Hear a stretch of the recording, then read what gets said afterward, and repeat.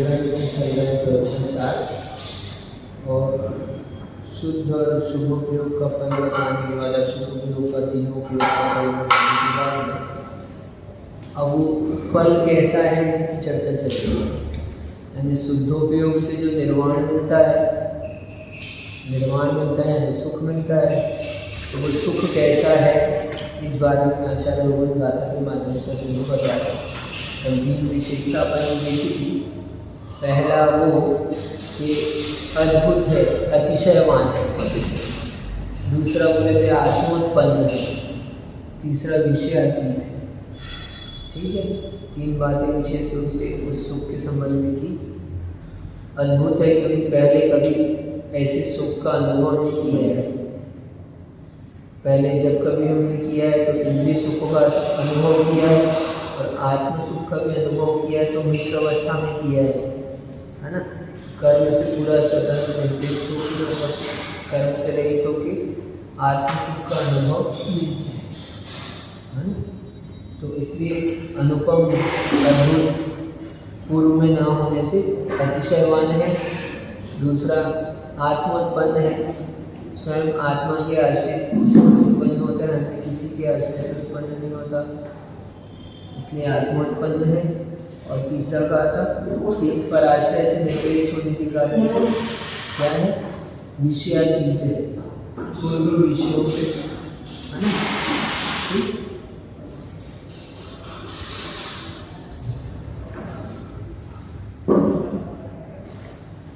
सभी विषयों से अतीत और उस सुख के लिए और बता रहे हैं कैसा है वो सुख। तो अब कहते हैं चौथी बात, अत्यंत विलक्षण होने के कारण से अन्य सुखों से सर्वथा भिन्न लक्षण होने से अनुपम है। अब यानी कि उसकी उपमा भी नहीं दी जा सकती। क्यों? क्योंकि एकदम विलक्षण है। उपमा किसमें देते हैं? जिसमें कुछ लक्षण की समानता होती है उसमें उपमा दी जाती है। ये चंद्रमुखी है तो चंद्रमा के समान और चंद्रमा के समान कुछ लक्षण दिख रहा है उसमें, तो अपन ने उसको चंद्रमुखी की उपमा दी है ना। ये बालक सिंह बल है, ये तो क्या दूसरा ही हो गया। तो इस तरह से कुछ लक्षण मिले उसके। ये जो सुख है कौन सा, शुद्धोपयोग का फल निर्वाण सुख है। उस निर्वाण सुख की यहाँ पर चर्चा चलती है। तो वो निर्वाण का सुख जो है वो एकदम विलक्षण है, उसका लक्षण किसी से मिलता नहीं है। आप जो संसार के सुख या जो सुख आज तक अनुभव किए हैं आपने, वो सब सुख से विलक्षण होने से ये अनुपम है। बताए कैसा है सुख? अनुपम है। इसकी उपमा नहीं दी जा सकती है। उसकी उपमा के योग्य कोई पदार्थ ही नहीं है जिससे उपमा दे उसे। ठीक, तो अत्यंत विलक्षण होने के कारण से अन्य सुखों से सर्वथा भिन्न लक्षण वाला होने से ये अनुपम है। और कैसा है? और समस्त आगामी काल में कभी नाश को प्राप्त ना होने के कारण अनंत है। कब तक प्राप्त होगा वो सुख? शुद्धोपयोग के द्वारा जो फल प्राप्त हुआ है सुख का, वो सुख कब तक प्राप्त होगा? काल तक, आगामी काल में सर्वथा के लिए। अब कभी उसका क्या हुआ? हाँ, प्राप्त होने के कभी नाश नहीं होने वाला, इसलिए अनंत है। उस समय में क्वांटिटी में कैसा है वो नहीं बता रहे, काल की अपेक्षा से अनंत बना। कब तक मिलेगा? अनंत काल तक, अनंत काल तक, अनंत काल तक, कभी उसका अंत नहीं होने वाला है। ऐसे अब वो सुख मिलने वाला है। बाकी जो सुख है सब, और कोई भी सुख प्राप्त करोगे तो वो कुछ एक समय के बाद में समाप्त हो जाएंगे। इंद्रियों के सुख तो क्षणिक है ही, और मान लो आप सोचते हो कि दूसरा सुख प्राप्त करें तो एक पर्याय विशेष मात्र तक रहने वाले हैं। ये सुख है ये कब तक रहने वाला है? तो अनंत काल तक है। तो इसलिए एकदम विशिष्ट है ना। तो इसलिए इसका एक और विशेषण बताया कि अनंत है। और फिर कहते हैं कि बिना ही अंतर के प्रवर्तमान होने के कारण से अविच्छिन्न है। ऐसा शुद्धोपयोग से निष्पन्न हुआ आत्माओं के अरिहंत सिद्धों के होता है। और लास्ट विशेषण क्या बताया? अविच्छिन्न है। आप जो भी सुख प्राप्त करते हो वो छिन्न हो जाता है, बीच में ब्रेक होता है, उसमें बाधा पड़ती है ना, वो सतत नहीं मिलता आपको। लेकिन ये कंटिन्यूटी में क्या है, सतत मिलेगा, इसमें बीच में विच्छेद नहीं होगा, इसमें अखंडपना है, इसलिए अविच्छिन्न है। वो सुख में कभी अंतर आ सकता है या बीच में किसी कारण से कोई ब्रेक नहीं है, कोई डिस्टर्बेंस नहीं है, बीच में कुछ भी अंतर नहीं है। तो सतत सतत धारा प्रवाह रूप से, अखंडता रूप से अखंड बने रहने वाला है। कब तक? काल में तो अनंत काल तक बने रहने वाला है। अब कोई सुख अनंत भी मिले लेकिन बीच में छूट छूट के मिले अनंत काल, तो लेकिन ऐसा नहीं है। इसलिए क्या है, बिना ही अंतर के प्रवर्तमान होने से अंतर नहीं पड़ेगा, उसमें बीच में कोई अंतर नहीं आएगा, ब्रेक नहीं होगा। तो 5 विशेषता 6 विशेषता ऐसे उस सुख की बताई, और हमारे सुख के सामने वो सुख कहाँ लगता है? हाँ, हमारे सुख की, हमारे पास जो सुख है भी नहीं। इंद्रियों के सुख कैसे हैं तो वो आगे इसमें बताएं। इंद्रियों से अपन लगता है अपने को कोई चीज़ से सुख मिलता है, कितने दिन मिलता है? कोई नई चीज़ खरीद लो, आपको लग रहा है कि इससे सुख मिलने वाला है, तो आपको कितनी देर मिलता है, कितने दिन मिलता है? हाँ, जब तक दूसरा नया मॉडल नहीं आया था। बहुत अधिक कहें तो उतना भी नहीं मिलने वाला है, लेकिन फिर भी बहुत अधिक मान लो, तो जब तक नया मॉडल लॉन्च नहीं हुआ, दूसरा सही कंपनी ने नहीं निकाला, तब तक अपने को शांति मिलेगी। कोई बहुत खर्चा करके कोई बहुत बड़ी कंपनी की गाड़ी भी ले ना, तो अब जैसे उसका नया मॉडल आएगा तो उसको देखना, उसको लगने लगेगा कि यार अपनी से बेस्ट क्वालिटी का लिया, क्योंकि दूसरा जो खरीदेगा तो वो क्या है, मान लो नया खरीदा उसने, तो फिर अपन क्या हो जाएंगे, पुराने ओल्ड वर्जन हो जाएगा। तो ऐसा है। तो अपना सुख जो है, अपने सुख के बारे में नहीं बता रहे, तो यहाँ शुद्धोपयोग का फल रूप, फल की प्रशंसा कर रहे हैं, इसको कहते हैं फल की गुणवत्ता बता रहे हैं, क्योंकि फल की महिमा बताते तो और अच्छा। फल तो बता दिए पहले कि शुद्धोपयोग का फल निर्वाण मिलने वाला है। अब निर्वाण मिलेगा, ठीक है, आपने बोल दिया, पर निर्वाण कैसा रहेगा? तो निर्वाण में ऐसा सुख मिलेगा, आज तक कभी प्राप्त नहीं किया ऐसा, किसी की पर की इच्छा नहीं ऐसा, कोई इंद्रियों से नहीं प्राप्त होने वाला ऐसा, कभी नष्ट नहीं होने वाला, अनंत काल तक रहेगा ऐसा, बीच में ब्रेक नहीं होगा ऐसा, और जिसकी उपमा नहीं दी जा सकती ऐसा। इस तरह से 6 विशेषण बताए, इसके आत्मा के, शुद्ध निर्माण के, यानी कि सुख के, शुद्धोपयोग का फल निर्माण कहा था, उस सुख के 6 विशेषण बताए। अभी अपन जयसिंह स्वामी क्या कहते हैं इसी को देखते हैं। और आगे आचार्य शुभोपयोग और अशुभोपयोग दोनों को निश्चय से त्यागने योग्य जान करके शुद्धोपयोग के अधिकार को प्रारंभ करते हुए तथा शुद्ध आत्मा की भावना को स्वीकार करते हुए अपने स्वभाव में रहने के इच्छुक जीव का उत्साह बढ़ाने के लिए शुद्धोपयोग का फल प्रकाश करते हैं। अब यहाँ पर कह रहे हैं, जयसिंह स्वामी कह रहे हैं कि शुभ और अशुभ उपयोग तो हे बता दिया उनको, तो हे बताने के बाद में निश्चय से त्यागने योग्य हैं वो तो दोनों भी। तो शुद्धोपयोग का अधिकार अब यहाँ शुद्धोपयोग को बताएंगे। अब शुद्धोपयोग अधिकार प्रारंभ कर रहे हैं यहाँ पर। अब ग्रंथ धीरे धीरे अपने आगे विस्तार को प्राप्त हो रहा है। तो जो पहले भूमिका में शुद्धोपयोग कर रहा था, तो अब यहाँ से अधिकार चलेगा, शुद्धोपयोग के बारे में बताएंगे। तो अधिकार प्रारंभ करने में सबसे पहले क्या कर रहे हैं कि आत्मा का उत्साह बढ़े, उत्साहवर्धन हो। तुमको ये गोल्ड मेडल मिलेगा, हाँ, तो उत्साह आता है, और तुमको कुछ नहीं मिलने वाला है। तो मेहनत करो, तुमको कुछ भी नहीं देंगे, तो क्या होगा? मान लो तुमने कोई आया नौकरी करने आया, तो ठीक है नौकरी करो, हाँ तुम बहुत अच्छा है, ये काम सारा काम बता दिया, लेकिन तनख्वाह नहीं मिलेगी। हाँ ठीक है, अच्छा चलो मिलेगी, मान लो तनख्वाह भी मिलेगी, तो तनख्वाह कितनी मिलेगी? थोड़ी सी मिलेगी, हाँ तो नहीं आएगा, उत्साह नहीं आएगा काम में। तो ऐसे ही शुद्ध उपयोग के लिए भी उत्साह बढ़ाने के लिए कह रहे हैं, मोटिवेट कर, कहीं पे भी फल बताओ, फल की प्रशंसा करो तो उत्साह आता है, लाभ दिखने तो से। इसलिए फल यहाँ पर पहले बता रहे हैं। उत्साह बनाना है तो क्या करो, लाभ दिखाओ, लोभ नहीं दिखाओ, लाभ बताए, लालच नहीं देना। लालच, बाकी ये इसमें लालच करे तो वो लालच भी अच्छी है। मोक्ष मार्ग में ऐसे सिद्धोपयोग की लालच आ जाए हमारे मन में, तो ये लालच भी हमारे लिए कल्याण के कारण बने। लालच ही तो है और क्या, एक प्रकार से हमको लालच होता है दूसरों के प्रति, अपने प्रति लालच हो जाए, हाँ अपने प्रति एक बार लालच हो जाए तो बस फिर कोई काम नहीं है, फिर टेंशन की बात नहीं। हमको लालच है दूसरों का, अपना लालच नहीं है ना। कहते हैं अपना लालच नहीं है हमारा इसमें कोई अपना लालच नहीं है। कोई काम करते हैं अपन लोग, सामाजिक भी सेवा कार्य कर रहे हो मान लो, तो अपना लालच नहीं है कि तुम्हारे पास यही कमी है कि तुम्हारे पास अपना लालच नहीं है, यही लालच। हाँ, तुम्हारे पास अपना लालच होता तो ये काम नहीं होते।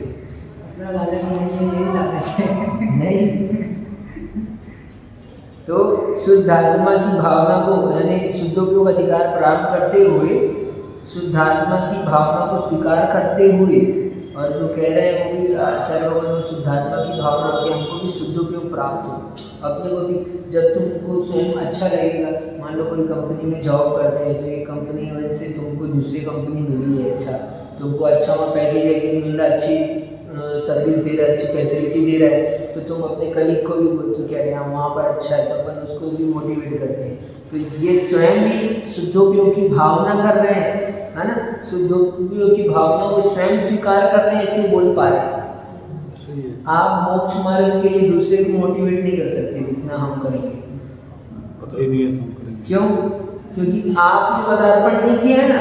जो काम हम करने लगते हैं, हम उस काम के लिए दूसरे को कहते हैं तो वो ज़्यादा मोटिवेट होता है। तो ऐसे ही वो स्वयं भी शुद्धोपयोग को स्वीकार करते हुए, सही, ये भावना को स्वयं आत्मसात स्वामी, तो वो स्वयं भी उसको स्वीकार करते हुए यहाँ पर वर्णन करें। तो शुद्धोपयोग की भावना स्वीकार करते हुए अपने स्वभाव में रहने के इच्छुक, अब हमारे जैसे और कोई भी जो इच्छुक हैं, जो अपने स्वभाव में रहना चाहते हैं, उन जीवों का उत्साह बढ़ाने के लिए स्वभाव में रहने के इच्छुक, बहुत अच्छी बात कही है ना। अपने आप में नहीं कहा इसमें एक प्रकार से, क्या अपने इच्छुक बने को नहीं कहा, इसमें कहे स्वभाव में रहने के इच्छुक है। वो ले लो ग्रंथ, वो टेबल वगैरह ले लो, कुर्सी भी है ना, तो स्वभाव में रहने के इच्छुक है, सही है। और गहरे शब्द है वो इसमें, यानी कि कोई भी काम कर रहे हैं तो इच्छा किस बात की है, यानी ग्रंथ लिखने का काम कर रहे हैं, आपको बता रहे हैं, लेकिन स्वभाव में रहने के इच्छुक, स्वयं भी स्वभाव में रहने के इच्छुक है, इसलिए जो स्वभाव में रहना चाहता है उनके लिए, विभाव में नहीं जाना चाहता, विकार में नहीं जाना चाहता, ऐसे जीवों के लिए आपकी इच्छा हो स्वभाव में रहने की तो ये आपके लिए काम आएगा, और आपकी इच्छा नहीं है स्वभाव में रहने की तो आपको ये काम नहीं आएगा, बोले फालतू की बात है। सही, स्वभाव मतलब हमारा जीव हाँ, यानी अपनी आत्मा, अपने स्वयं जीव जो है अपने स्वभाव में रहना चाहता है, तो ये स्वभाव में रहने का जिसका मन हो कि मैं स्वभाव में रहूं, मतलब अपने ओरिजिनल स्वभाव में, बस जो हमारा स्वभाव है त्रैकालिक ध्रुव अखंड ज्ञायक स्वभाव, पारिणामिक स्वभाव के पारिणामिक स्वभाव, जानना देखना बस, क्या ज्ञाता दृष्टा में को हो, ये स्वभाव, स्वभाव में रहने की इच्छा हो, स्वभाव से बाहर ना जाना पड़े, स्वभाव में ही हो। स्वभाव से बाहर कष्ट है, स्वभाव में कष्ट नहीं। जो कोई भी अपने स्वभाव में रहता है उसको कष्ट है नहीं होता। और हम लोग जो स्वभाव नहीं है उसको स्वभाव मानते, इसलिए हम उसी में जाते हैं। क्या कहते हैं, मेरा क्रोध स्वभाव है, क्रोध स्वभाव है तुम्हारा, जो स्वभाव होता है वो त्रैकालिक होता है, कितनी देर क्रोध कर पाओगे, बहुत से बहुत अंतर्मुरर मैक्सिमम क्रोध करोगे तो 48 मिनट से ऊपर क्रोध नहीं कर सकते। बीच में चेंज होगा, ब्रेक होगा, बीच में मान आ जाएगा, बीच में दूसरी कषाय आ जाएगी, ब्रेक होके चलेगा। चल रहा है सदर, कषाय चल रही है, लेकिन कोई भी कषाय अंतर्मुर से अधिक नहीं चलती। तो यहाँ स्वभाव में रहने वाले इच्छुक जीवों के लिए और उत्साह बढ़ाने के लिए, है ना, उत्साह बढ़ेगा तो फिर वो कार्य को अच्छे से करेगा। उत्साह नहीं है तो फिर कोई चलो काम चला, वो करना है मजबूरी में, है, पढ़ लो, ऐसा है। उत्साह है कि नहीं अपने को करना है ना काम उत्साह से, तो उत्साह के लिए, उत्साह बढ़ाने के लिए, उत्साह है तो सब है, उत्साह गया तो सब खत्म। क्या उत्साह किसी चीज में उत्साह है तो सब कुछ है, और उत्साह खत्म तो सब खत्म। उत्साह होता है तो एक 70 साल की महिला भी समय से करके पहाड़ की वंदना कर लेती है, और जिस दिन आदमी का उत्साह खत्म हो जाएगा आप 4 कदम नहीं चला सकते। ऐसे ऐसे आदमी आपको दिखाने के लिए पूर्ण स्वस्थ है, लेकिन वो चल नहीं सकते हैं। पैर भी है, सब भी है उनके पास, पूरा है, उनके जीवन का उत्साह खत्म हो गया। जिसको आपकी भाषा में कहें तो क्या डिप्रेशन में चला गया, डिप्रेशन में चला गया, वो कुछ नहीं कर सकता। क्या हुआ है, उत्साह खत्म हो गया। सब कुछ है, सब कुछ होने पर भी क्या है, उसके पास उत्साह शक्ति नहीं है। तो उत्साह शक्ति को ही, उत्साह को बढ़ाने के लिए यहाँ पर फल की विशेषता बता रहे हैं आपको। तो शुद्धोपयोग के फल का प्रकाश करते हैं, यानी दिखाएंगे नहीं तब तक कैसे ये समझ में आएगा। तो इसलिए उत्साह बढ़ाने के लिए दिखा रहे हैं। दुकान में कोई माल दिखाते हैं ऐसे, हाँ, जब तक तो खरीदने वाले में भी उत्साह आता है तब वो खरीदता है। तो यहाँ भी ये चीज़ हमारी है ना, तो इसका भी फल दिखा रहे हैं आप। अथवा दूसरी कहते हैं पादनिका। दूसरी पादनिका यहाँ सूचना यह है कि यद्यपि आगे आचार्य शुद्धोपयोग के फल का ज्ञान और सुख संक्षेप या विस्तार से कहेंगे, अभी तो पूरा कहेंगे, आगे जब शुद्धोपयोग का फल कहेंगे या फल यानी शुद्धोपयोग का फल ज्ञान कहेंगे या सुख कहेंगे, जो भी मान लो, तो उसको विस्तार या संक्षेप में आगे कहेंगे।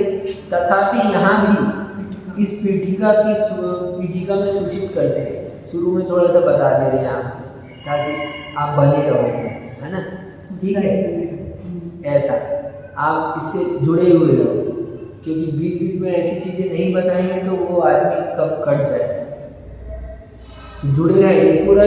आप इसमें से चाहो क्या, इसमें से आप निकालना चाहो तो मैनेजमेंट का कोर्स, इसमें से ये मैनेजमेंट जो गुण आचार्य भगवत का मैनेजमेंट फंडा बता रहे हैं यहाँ पर, आप बिजनेस टेक्निक बता रहे हैं, आप सब कुछ सिखा रहे हैं। जो सीखना चाहे आप वो इसमें से सीख सकते हो। यही फंडा निकाल के दे दिए तो मैनेजमेंट का आपको समझ में आ रहा है कि मैनेजमेंट का फंडा है, और इसी को हम दूसरे बोले तो हमारे लिए ये काम का नहीं है, तो हमारे लिए क्या मुझ। तो अब तीसरी पादनिका और कहते हैं यह कि पहले शुद्धोपयोग का फल निर्माण बताया था, और अब निर्माण का फल अनंत सुख बता रहे हैं। ठीक है, फल का भी फल, ठीक है, फल का भी फल होता है कि नहीं होता? होता है। बादाम का फल होता है, उसका फल भी, उसमें गुठली निकलती है, फिर उसमें से मीठी निकलती है, वो फल होता है। फल का भी फल होता है, हाँ, ऐसा नहीं है कि फल, तो फल का भी फल होता है। तुमको नौकरी मिल गई तो और क्या फल, नौकरी मिलना एक हम सफल हो गए। पढ़ाई की तो नौकरी मिल गई तो हम क्या हो गए, सफल हो गए। तो इसके साथ भी और क्या फल है भैया, तनख्वाह भी तो कितनी मिल रही है, देखो, तो फल का भी तो फल है, हाँ? तो इसलिए पहले निर्माण बताया था, फल शुद्धोपयोग का फल निर्माण है। अब वो निर्माण में जो सुख मिलने वाला है वो अनंत सुख है, वो कैसा है ये बता रहे हैं, है ना। उसके फल का भी फल बताते हैं। तो इस तरह से 3 बात इसमें बता दिया, 3 तरह से इन्होंने भूमिका लिखी है जयसिंह स्वामी ने, ठीक। फल और सुख का संक्षेप से आगे विस्तार करेंगे, लेकिन फिर भी यहाँ पर बीच में बता रहे हैं टीका के रूप में, और या फिर फल का फल बता रहे हैं, और या फिर आप समझ लो क्या, उत्साह बढ़ाने के लिए आपको बता रहे हैं। तो अब आगे कहते हैं वो अर्थ पढ़ते हैं अपन। शुद्धोपयोग में प्रसिद्धों को अर्थात वीतराग परम सामायिक शब्द से कहने योग्य शुद्धोपयोग के द्वारा जो अरिहंत और सिद्ध हो गए हैं उन परमात्माओं को, शुद्धोपयोग में प्रसिद्धों को, इतना सा शब्द है। शुद्धोपयोग में प्रसिद्ध कौन है? शुद्धोपयोग में प्रसिद्ध सिद्ध। क्या? शुद्धोपयोग में प्रसिद्ध कौन है? कोई काम करते हैं, कोई काम में प्रसिद्ध कौन है? क्रिकेट में प्रसिद्ध कौन है? 8 अंगों में प्रसिद्ध बताओ है ना। क्रिकेट में प्रसिद्ध कौन है? अभी हॉकी में, अभी वो भाला फेंक में प्रसिद्ध कौन है? जो निपुण हो गया, जो हाँ, कर चुका है, जिसने फल को प्राप्त कर लिया है, जो मास्टर है। फल मिला तो वो प्रसिद्ध हो गया ना, तो उसके कारण से प्रसिद्ध हुआ। तो शुद्धोपयोग में प्रसिद्ध, तो ऐसे अरिहंत और सिद्ध, क्योंकि ये शुद्धोपयोग के फल को प्राप्त किया उन्होंने, इसलिए वही प्रसिद्ध है। सही। शुद्धोपयोग के पद को प्राप्त जिसने कर लिया, प्रकृष्ट रूप से जो सिद्ध कर लिया जिसने, वो प्रसिद्ध हो गया किसी भी जिनका क्या हैंड्स प्रूफ कहते हैं, सॉल्यूशन बनाते हैं तो इति सिद्धम, संस्कृत में लिखते हैं इति सिद्धम, ठीक। तो इति सिद्धम यानी ये सिद्ध हुआ, सिद्ध हुआ, ठीक। तो ऐसे ये भी सिद्ध हुए, सिद्ध होने पर भी विशिष्ट रूप से प्रसिद्ध हुए। हम लोग प्रसिद्ध क्या मानते हैं? लोक में प्रसिद्ध हो गए, तो यहाँ ये प्रसिद्ध हुए, शुद्धोपयोग में प्रसिद्ध हुए, शुद्धोपयोग में सिद्ध कर लिया इन्होंने, मास्टरी कर ली, फल हो गया, प्राप्त हो गया, इसलिए सिद्ध, इसलिए और उसमें भी प्रसिद्ध अरिहंत और सिद्ध। तो ऐसे वीतरागी, अब कैसे हैं वो, उनका भी यहाँ पे अरिहंत और सिद्ध को ऐसे मात्र नहीं करें, नहीं तो आप शुद्धोपयोग में प्रसिद्ध से ये विशेषताओं के साथ में कह रहे हैं कि वो कोई दूसरा ग्रहण ना हो पाए इसमें। बात समझना, भगवान कहने से तो जैसे सभी ग्रहण हो सकते हैं, लेकिन उनकी विशेषता बताते हुए भगवान कह रहे हैं। तो यहाँ पर अरिहंत से सिद्ध कह रहे हैं, तो कैसे? वीतराग परम सामायिक शब्द से कहने योग्य शुद्धोपयोग। अब शुद्धोपयोग भी समझ लो, इसी शुद्धोपयोग को कौन से नाम से कहते हैं? वीतराग परम सामायिक शब्द से भी कहते हैं। तो जहाँ कहीं भी वीतराग परम सामायिक शब्द आए तो इसका मतलब वहाँ शुद्धोपयोगी की चर्चा है। तो वीतराग परम सामायिक शब्द से कहने योग्य शुद्धोपयोग के द्वारा जो अरिहंत सिद्ध हुए हैं, हो गए हैं, किसके द्वारा हुए? शुद्धोपयोग के द्वारा ही हुए हैं, क्योंकि शुद्धोपयोग का फल है। तो हुए किससे? शुद्धोपयोग से ही अरिहंत सिद्ध हुए। ठीक है। यहाँ एक विशेष बात ये भी है कि यहाँ पर आप निक्षेप में जाकर देखोगे तो भाव निक्षेप से यहाँ पर उनका वर्णन कर रहे हैं। भाव निक्षेप से जो भी करें, अरिहंत सिद्ध बोले, अरिहंत सिद्ध है तो अरिहंत तो नाम के भी अरिहंत होते हैं, और मंदिर में बैठे वो भी अरिहंत सिद्ध है, स्थापना की भी अरिहंत सिद्ध है। लेकिन नहीं, जिन्होंने वीतराग परम सामायिक शब्द से शुद्धोपयोग के द्वारा जिन्होंने अरिहंत सिद्ध पदे को प्राप्त, जो करंट स्टेज में अभी अरिहंत सिद्ध है, उन परमात्माओं को अतिशय रूप अर्थात अनादिकाल के संसार में चले आए इंद्रियों के सुखों से भी अपूर्व अद्भुत परम आह्लाद रूप से होने से आश्चर्यकारी, अतिशय मान यानी आश्चर्यकारी, वो देख के आश्चर्य होता है ना, ऐसे आश्चर्यकारी इस सुख की वर्णन कर रहे हैं। अरिहंत सिद्धों को जो प्राप्त हुआ उसे सुख के लिए कह रहे हैं। तो कैसा है वो? तो अनादिकाल से किसका सुख प्राप्त किया अपन ने? इंद्रिय सुखों को प्राप्त किया है, इसलिए अपूर्व और अद्भुत। किसी को मिला है क्या वो सुख अभी तक? नहीं, अपूर्व है, पूर्व में नहीं। एक तो उनको भी नहीं मिला पूर्व में, जो स्वयं उस अवस्था को प्राप्त किए उनको पूर्व में ये सुख नहीं मिला, हमारे लिए तो इसलिए अपूर्व है। और अपूर्व होने पर भी क्या? इंद्रियों के सुखों से अपूर्व अद्भुत आश्चर्यकारी। और सुख कैसा है? आह्लाद रूप सुख। क्या एक सुख होता है आह्लाद रूप नहीं होता, सामान्य हाँ, थोड़ा सा। सुख में तो आह्लादना होता ही है, लेकिन आह्लाद उस रूप में इतना आह्लाद नहीं है, आह्लाद नहीं। सुख का तो लक्षण आगे अभी हम बताएंगे, तो निराकुलता जो है वही सुख का लक्षण है। क्या? तो नहीं रहे। आकुलता का अभाव, सुख ये सुख का लक्षण है। आप सुखी हो हम कब मानेंगे? आकुलता खत्म हो गई। आपको सुख मिला है हम कब मानेंगे? आकुलता दिख रही है तब तक हम नहीं मान सकते सुखी है। तो आकुलता को खत्म कर लेंगे तो सुख अपने आप तो सुख वो अपने आप हो जाएगा। आकुलता से सुख का परिभाषा ही है, सुख का लक्षण बता रहे हैं इसी को, इसलिए आगे कहेंगे। तो ये कह रहे हैं कैसा है, तो इंद्रियों के सुखों से अपूर्व है, अद्भुत है, परम आह्लाद रूप होने से आश्चर्यकारी है। जिसको हमने अतिशयवान कहा था, उसी का दूसरा नाम है आश्चर्यकारी। अतिशय, अतिशय क्षेत्र कहते हैं ना, आश्चर्य हुआ, कुछ चमत्कार हुआ, चमत्कार करें आपकी भाषा, वो अतिशय। तो ऐसा अतिशय है। और क्या है, आत्मा से उत्पन्न अर्थात राग द्वेष आदि विकल्प रहित अपने शुद्ध आत्मा के अनुभव से पैदा होने वाला है।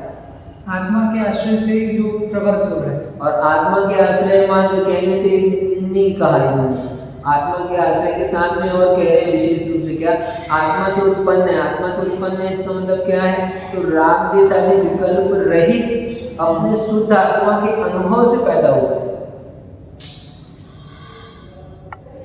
किसके अनुभव से पैदा हुआ है? शुद्ध आत्मा। राग द्वेष से रहित अपनी शुद्ध आत्मा के अनुभव से। और राग द्वेष से रहित आत्मा कहाँ पर है? पर्यंत सिद्ध, वीतरागी। हाँ, वीतरागी। तो उसके पहले 10वें गुण स्थान तक राग द्वेष, 10वें के बाद राग द्वेष नहीं है। तो वहाँ से शुद्ध आत्मा का अनुभव विशेष रूप से, तो और उसी के फल के रूप में ये है। इसलिए यथाख्याचार्य का फल तो अपने आत्मा से उत्पन्न, अन्य से उत्पन्न नहीं हुआ। तो राग द्वेष रहित विकल्प रहित अपने शुद्ध आत्मा के अनुभव से पैदा होने वाला है। और विषयों से शून्य है, अर्थात इंद्रिय विषय रहित परमात्म तत्व के विरोधी 5 इंद्रियों के विषयों से रहित है। ठीक है, विषयों से रहित है। एक में पर से निरपेक्षपना बताया, ये विषयातीत कहने का मतलब वही ठीक है, दूसरों से रहित। पर से निरपेक्षपना बताया। और एक आत्मोत्पन्न, उसमें स्व के ही अनुभव से उत्पन्न हुआ है ऐसा बताया। आत्मा के आश्रय से जो उत्पन्न हुआ है, आत्मसमुत्थम, आत्मोत्पन्न, आत्मसमुत्थम। ठीक, तो आत्मानुभव आद समुत्थम, और विषयातीतम, विषयातीत है। ठीक, इंद्रिय विषयों से शून्य है, पांचों ही इंद्रियों के विषय से। 5 इंद्रिय के विषय मात्र नहीं, और मन भी लगा लेगा। ठीक, 5 इंद्रिय के कितने विषय हैं? तो 27 विषय हैं, और मन का एक 28, ऐसे 28 विषय हैं। हर एक इंद्रिय अपने विषय में ही काम करती है, और हर एक इंद्रिय का अपना निश्चित विषय है।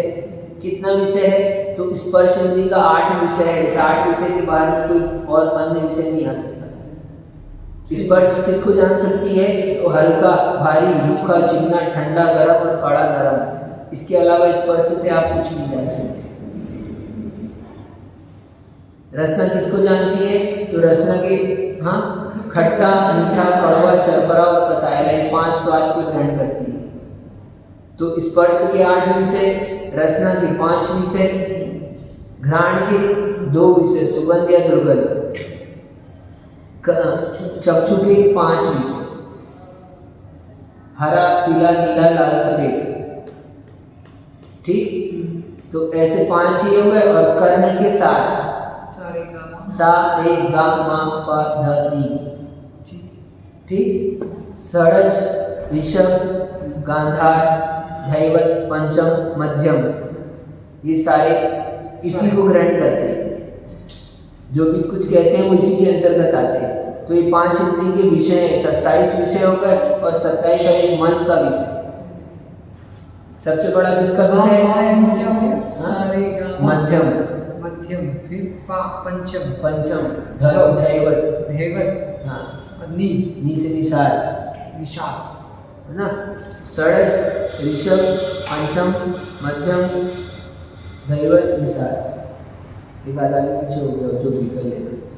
तो ये अपने इंद्रिय विषयों से रहित है, इसमें किसी का भी स्वाद नहीं आ रहा, किसी का विषय नहीं आ रहा। इसके पीछे एक और सूक्ष्म रहस्य है, आपको बता दें। क्या? जब आप देख रहे हो और आपको आनंद आ रहा है, तो आपको किसका आनंद आ रहा है, ये आपको क्लियर करना है। वहाँ पर हम आत्मा के अनुभव में बैठते हैं ना और आनंद लेते हैं ना, तो वहाँ पर अपन किसका आनंद ले रहे हैं, ये अनुभव करना है। तो ये आप विषयों को जानोगे, इससे बहुत बड़ा फायदा है। कई बार हम इंद्रिय विषयों के अनुभव के को आत्मा का सुख मान लेते। कई लोग हमको आत्मानुभव, आत्मा का आनंद, आत्मा सुख हुआ है ऐसा मान लेते हैं। तो उस आत्मा सुख कैसा है, तो इसलिए बता दिया यहाँ पर। ये कंडीशंस है इसकी। समझना इंद्रिय सुख और आत्म सुख में डिफरेंस क्या है? करना है तो आपको इन विषयों को जानोगे तब कर पाओगे। कब आपको आत्मा सुख हुआ, कब आपको आत्मानुभव हुआ, इस बारे में इन सब विषयों से अतीत होकर जब होगा वो आत्मा सुख होगा। एक महाराज जी आग देते थे, ऐसे आग मार के, तो आचार्य जी बोलते भैया आग करते समय शुद्ध उपयोग में नहीं आग करते हो अच्छे से। लेकिन आहार करते करते भी शुद्ध उपयोग हो सकता है, हो सकता नहीं, हो सकता है वो वो समझ गए वो लोग। लेकिन वो ब्रह्मचारी बोले सुख नहीं जाना है, भैया ले लो,